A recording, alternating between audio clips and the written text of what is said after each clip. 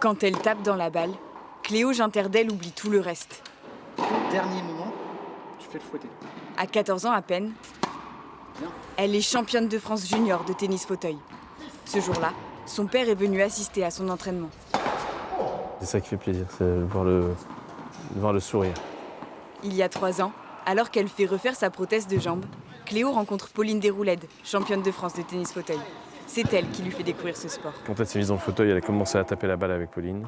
Ça a été une espèce de révélation. Et voilà, c'est comme ça que ça a commencé, c'était quasiment immédiat. Cléo est en 4e, mais elle rêve déjà des JO 2028 à Los Angeles. Si t'as faim.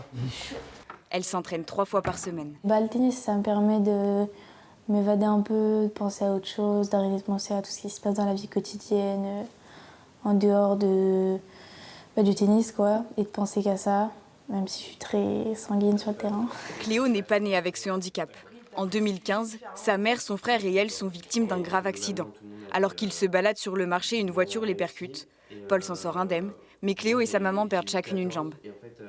Ça a été un cataclysme horrible. À partir de là, outre les douleurs physiques, il y a eu les douleurs psychologiques et morales. Moi, j'ai eu beaucoup de difficultés à entrer dans ce monde du handicap que je fuyais. Près d'1 an après l'accident, Cléo reprend l'école et Delphine son travail à mi-temps, mais rien n'est plus pareil. Ils déménagent dans une maison adaptée. Face à la difficulté, toute la famille se serre les coudes. L'accident, forcément, c'était un sentiment bizarre, mais en fait, ça nous a plus ressoudés, plus qu'autre chose, plutôt que dispersés. Et d'ailleurs, 2 ans après ça, papa et maman, ils se sont mariés. Ce parcours de résilience, la famille le raconte dans un livre qui vient d'être publié. Ça, c'est le livre que nous avons écrit à 5, qui s'appelle Debout. Un récit à 10 mains pour porter un message d'espoir aux victimes d'accidents similaires. On ne veut pas non plus faire pleurer dans les chaumières, mais on n'a jamais exprimé vraiment ce qu'on a vécu, ce qu'on vit encore au quotidien. Et donc c'était une façon pour nous de se livrer. Les obstacles, il y en a. Ils sont racontés dans le bouquin.